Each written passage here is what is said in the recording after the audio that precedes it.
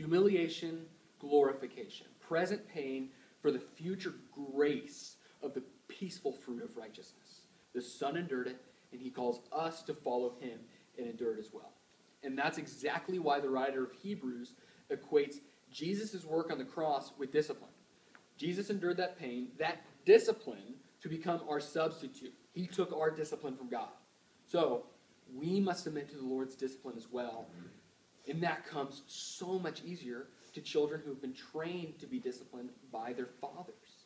Fathers who train their sons in earthly discipline train their sons in divine discipline as well. And they communicate to their children how they should act before the discipline of their heavenly Father. Earthly fathers image to their children who their heavenly Father is. The Lord humiliated his Son before he glorified him.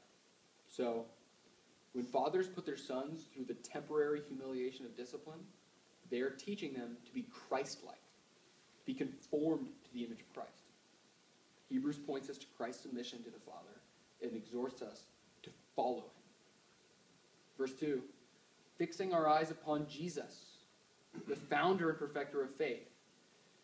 For the joy that was set before him, he endured the cross, scorning its shame, and sat down at the right hand of the throne of God. Consider him who endured such hostility from sinners, so that you will not grow weary and lose heart.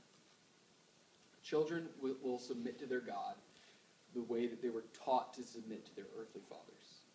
Dads do their children an eternal disservice when they neglect to discipline. Also, a child won't submit to a father who doesn't discipline him. He hasn't enforced his authority. He hasn't caused his children to submit to his wisdom.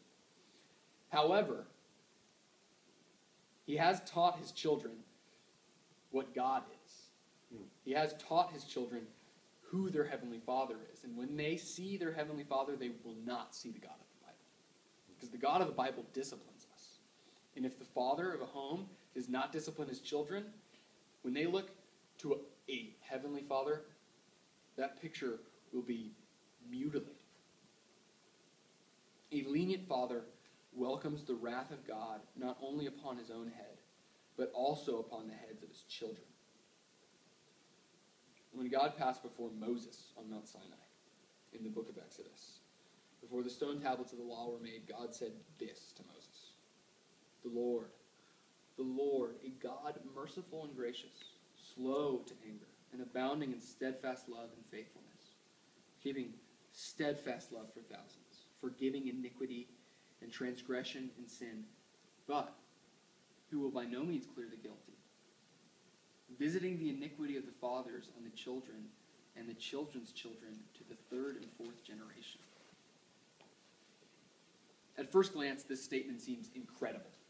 If a father sins, the Lord will continue to punish his family with that sin for hundreds of years? It seems crazy. But when we look to the role of a father, I think this will become a lot clearer. The father is to be the head of the household. He's supposed to love his wife as Christ loved the church, in which implies that he has authority over her because Christ is the head of the church. He is to exhort and encourage his children to walk in a way, in a manner worthy of God. He's to impart his wisdom to his children, just as the writer of the Proverbs urged their sons not to ignore the teaching that they had been giving them. And also, he is to be the provider of his household. All of these things provide stability and direction to a home. A father who loves his wife, leads his family with humble authority, wise counsel, stern discipline, will grow his family to love the Lord and obey him. However, a father who does not do these things is still leading his family. Only he is leading his family to a place of destruction. See, men are powerful. A man can set something in motion so fast that it will take generations to slow down. Often, what a father does will snowball into something outright horrendous. The father's sins will not only continue throughout the generations, they'll increase. What seemed like no big deal when the son came home late and tipsy from a party becomes monoliths of regret after 10 years of alcoholism and sin. When fathers neglect discipline, they incur judgment not only on their own heads, but also on the heads of their children. Men who are fathers or future fathers would do well to think on this responsibility in the most solemn terms. They have one of the most heavy responsibilities in the world. The Lord does visit iniquity of the father on his children to the third and fourth generation. But, on the other hand, he also visits the righteousness of his father on his children to the third and fourth generations. We saw that men can begin